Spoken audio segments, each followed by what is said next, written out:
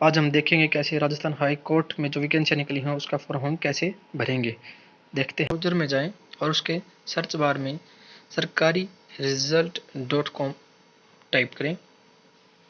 जो search bar है उसके अंदर जब आप सरकारी रिजल्ट .com सर्च करते हैं तो आपके सामने उसका सरकारी रिजल्ट .com का होम पेज इस प्रकार से सामने आ जाएगा।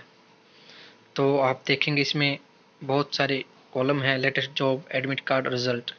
तो आप लेटेस्ट जॉब में जाए और वहाँ पर देखें कि राजस्थान हाई कोर्ट का जो फॉर्म है वो कहाँ पर है, और उस फॉर्म पर आप जाकर देखें।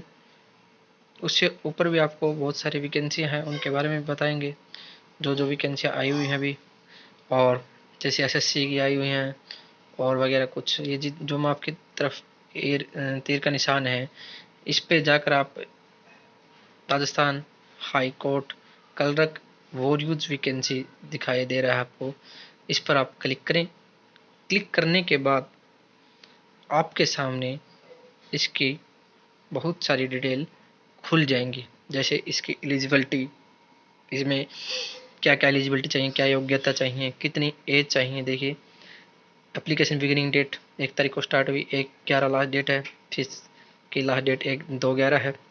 उसके बाद एलिजिबिलिटी ग्रेजुएशन ग्रेजुएशन होनी चाहिए एलिजिबिलिटी, और ग्रेजुएशन के साथ कंप्यूटर भी होना चाहिए, अनिवार्य है इसमें। इनकी बेसिक नॉलेज कंप्यूटर की बहुत बहुत ज़रूरी है। इनकी बेसिक नॉलेज के बगैर कंप्यूटर की नहीं होगी तो आप इस फॉर्म को आप कंप्लीट नहीं कर पाएंगे। उसके बाद कलर की वैकेंसी कितनी हैं और जूनियर असिस्टेंट की वगैरह जो भी वैकेंसी है आपके सामने सारी दिखा दी जाएंगी आपको। उसके बाद आप अप्लाई ऑनलाइन पर जाकर क्लिक हेयर जो है उस पर आप अपना फॉर्म स्टार्ट करें। उससे पहले आप ये देखें कि इसमें कितनी फ़ीस लगेगी। General category, SC ST OBC जो भी कैटेगरी वाइज फ़ीस है वो आपको ऊपर मिलेंगी। उसके बाद आप इसमें जो मैंने आपको बताया था, जो नीचे बताया था आपको भी, जो एजुकेशन क्वालिफिकेशन है वो bachelor degree in any stream, यानी कि किसी भी एनी स्ट्रीम, यानी कि बोले तो MA, यानी BA BCom BCA BSc, कोई भी ग्रेजुएशन हो वो आप अप्लाई कर सकते हैं। एज लिमिट इसकी 18 से 40 साल एज है, यानी कि 18 से लेकर और मैक्सिमम इसकी एज 40 साल है। एज कैलकुलेट हो जाएगी आपकी 1/1/2021 के बाद तक की स्टार्ट हो जाएगी। उसके बाद आप देखेंगे इसमें जो बेसिक नॉलेज है उसके साथ कंप्यूटर की, जो मैंने बताया आपको बेसिक नॉलेज बहुत ज़रूरी है। वैकेंसी आपको मैंने बता दी कौन कौन सी वैकेंसी आई हुई हैं इसमें। जो अप्लाई ऑनलाइन है उसके नीचे download notice for the change date का है। उसके बाद डाउनलोड नोटिफिकेशन, जो नोटिफिकेशन आया था वैकेंसियों के लिए उसका है। और भी काफ़ी डिटेलें हैं जो आप इसके अंदर जाएंगे तब देख लें। मेरा तो यही मानना है, जो भी आप फार्म भरे कभी भी, तो आप हमेशा उस फॉर्म की पहले क्लियरली जानकारी ले लें कि उसमें कितनी कितनी क्वालिफिकेशन चाहिए, कितनी एज चाहिए, एज लिमिट क्या है, एज में कितनी छूट है, किस कैटेगरी के लिए क्या छूट है, कितनी फीस है, कितनी नहीं है, करें। उसके बाद क्लिक हेयर है, वहाँ पे आप अप्लाई करें। जब क्लिक हेयर आप करने के बाद आपके सामने इस प्रकार से राजस्थान हाई कोर्ट जोधपुर खुल जाएगा। इसमें दो ऑप्शन है, एक तो ऑलरेडी रजिस्टर्ड और एक है न्यू रजिस्ट्रेशन। तो इसमें दो रजिस्ट्रेशन आपको दिखाई दे रहे हैं भाई। इसमें दो कॉलम हैं, एक तो ऑलरेडी रजिस्टर्ड का और एक न्यू रजिस्ट्रेशन। तो आप क्या करेंगे, जो न्यू रजिस्ट्रेशन है आप उस पर क्लिक करें। न्यू रजिस्ट्रेशन पर आप जाकर क्लिक करेंगे, साइन इन करना आपको इसको, यानी कि जो फर्स्ट टाइम इस फॉर्म को यूज भर रहा है वो इसको रजिस्ट्रेशन को कंप्लीट करे। और जब आप इसको रजिस्टर करके आगे की साइड बढ़ेंगे तो आपके सामने इस प्रकार से रजिस्ट्रेशन का पूरा कॉलम खुल जाएगा। अब आप देखेंगे अपना नाम भरेंगे इसके अंदर, उसके बाद अपना फादर नेम, उसके बाद अपनी माँ का नाम, मम्मी का नाम, उसके बाद मेल है, फीमेल है, जो भी का जेंडर है आपका। उसके बाद डेट ऑफ बर्थ, डीओ भी हमेशा जो महीने साल जो जिस प्रकार से इन्होंने लगा रखा है उसी प्रकार से आप इस फॉर्म में लगाएं। उसके बाद अपना मोबाइल नंबर और ईमेल आईडी। एक बार फिर बताता हूँ, मैं याद दिला दूँ, मोबाइल नंबर बहुत बहुत इम्पोर्टेंट है और ईमेल आईडी भी इम्पोर्टेंट है। जिस कॉलम के ऊपर स्टार मार्क है वह फॉर्म के लिए इम्पोर्टेंट कॉलम है, बाकी कोई अनिवार्य नहीं है। यूज़र नेम, आप कोई भी यूज़र नेम बनाएं जो आपका फॉर्म आप खोल सकें, उसको भर सके। यूज़र नेम कोई बना सकते हैं आप, जैसे विक्रम 786, विक्रम 708, विक्रम 901, विक्रम 785, ऐसे बना सकते हैं आप कोई भी। तो आप अपना बनाएं। पासवर्ड में पहला अक्षर बड़ा, बाकी छोटे। फिर उसके बाद सिंबल, सिंबल में आता है अपना एट द रेट 123, यानी कि पहला अक्षर बड़ा, बाकी अपने नाम के छोटे अक्षर। उसके बाद @ 123, ऐसे बनाए पासवर्ड। और मोबाइल नंबर है जो मैंने आपको बताया अभी, मोबाइल नंबर बहुत इंपॉर्टेंट है। मोबाइल नंबर यहाँ से आप ऊपर वेरीफाई का जो ना ऑप्शन है, इसको मोबाइल नंबर को आप पहले वेरीफाई करें और फॉर्म को आगे सबमिट करने से पहले आपको फॉर्म को क्या करना पड़ेगा, वेरीफाई करना पड़ेगा। Is the most important step. यानी कि मोबाइल नंबर जब आप भरेंगे तो आपके सामने जो हरे रंग का कॉलम होगा इसके अंदर, जो मैंने आपको अभी लाल रंग के एक बॉक्स बना के दिखाया है, इसमें जब आप वेरीफाई करेंगे तो आपके फ़ोन पे एक OTP आएगा। वो OTP आपको क्या करेगा, वेरीफाई करने में मदद करेगा। कैसे, आइए मैं दिखाता हूँ आपको। जब आप इस वेरीफाई वाले बटन पर क्लिक करते हैं तो आपके सामने आपका OTP जाएगा और आपका OTP जो आया है आपके फ़ोन पर, वो आप यहाँ पर इस कॉलम में डालें। जब आप इस कॉलम में डालेंगे अपना OTP डालने के बाद आपका फॉर्म है वो वेरीफाई हो जाएगा।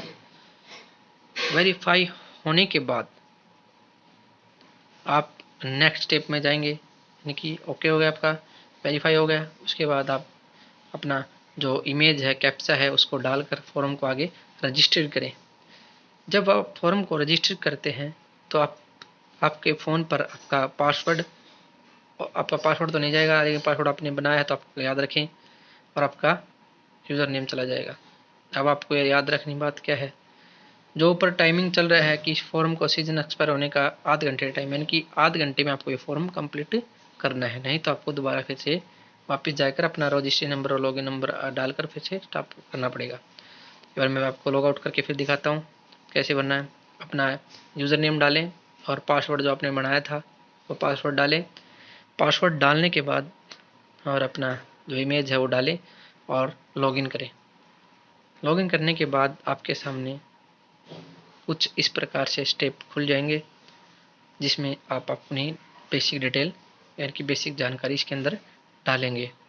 पहले बेसिक डिटेल में अपना नाम जो आपने पहले डाल रखा था वो चेंजमेंट नहीं होगा। इसमें जो आपने पहले रजिस्ट्रेशन करते समय जो आपने डाला है वो उसमें कुछ भी चेंजमेंट आप नहीं कर सकते। उसके बाद आप आगे, आप किस स्टेट के हैं, आप राजस्थान से हैं या फिर अदर स्टेट से हैं तो अदर स्टेट से चूज किए। उसके बाद मेल कैंडिडेट, उसके बाद नेशनलिटी, आप मैरिड हैं तो आपको बच्चों की संख्या बतानी पड़ेगी। आपको 2006 के बाद कितने बच्चों हुए, 11 के बाद क्या हुआ, और 11 यानी कि कुछ ही देना पड़ेगा। और अनमेरिड है तो आपको अनमेरिड करें। उसके बाद पर्सन ऑफ डिसेबिलिटी, यानी कि आप अनमेरिड हैं, अनमेरिड वाला कॉलम तो आप यहाँ पे क्या है डिसेबिलिटी में, आप हैंडीकैप तो नहीं है, हैंडीकैप में आप नो करें। उसके बाद अपनी एज कैलकुलेट हो चुकी है आपकी, यहाँ पे भरें। उसके बाद नॉन TSP एरिया और TSP एरिया।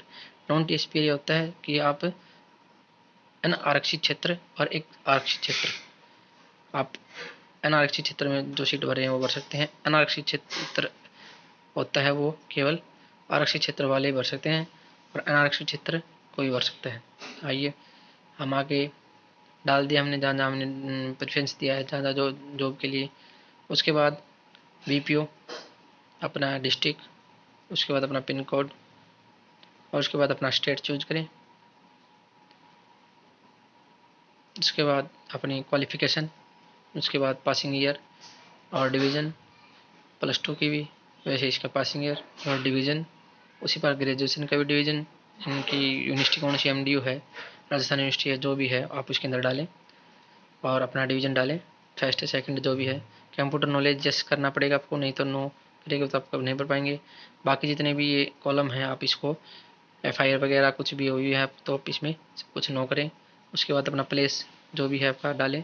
फ़ोटो का साइज़ देखिए 10 से 25 के बीच में मांग रखी है तो 10 और 25 के बीच में डालें।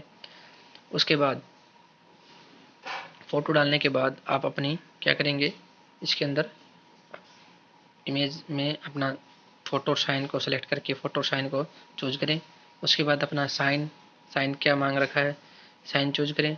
साइन में क्या करना है आपको, साइन में जो साइज़ दे रखा है 10 से 25 के बीच में, उस साइज़ को आप क्लिक करें और आगे फॉर्म को सबमिट करें। यहाँ तक कोई मेरे ख्याल में कोई दिक्कत नहीं आएगी आपको फॉर्म सबमिट करने में। और अपनी इमेज यानी कि कैप्चा डालें इसके अंदर और फॉर्म को सेव और मेक पेमेंट की तरफ चलें और ओके का बटन दबाकर आगे बढ़ें। जब आप फीस के लिए करेंगे तो आपके सामने इस प्रकार से आ जाएगा, do not refresh this page, wait few second, यानी कि कुछ सेकंड के बाद आपका फॉर्म चालू हो जाएगा। आप इसमें क्या करना है, आप फीस काटने के लिए बोल रहे हैं तो आप एग्रीगेट में जाएं। इसमें जो भी बिल्डेक्स के द्वारा आप पेमेंट कर रहे हैं आप वहाँ पे जा करें। इसमें ATM डेबिट कार्ड वॉलेट से किसी भी आपके पेमेंट कर सकते हैं, UPI से भी कर सकते हैं। जो भी किसी भी प्रकार से पेमेंट करना चाहे आप पेमेंट कर सकते हैं, इसमें आपको कोई दिक्कत नहीं आएगी।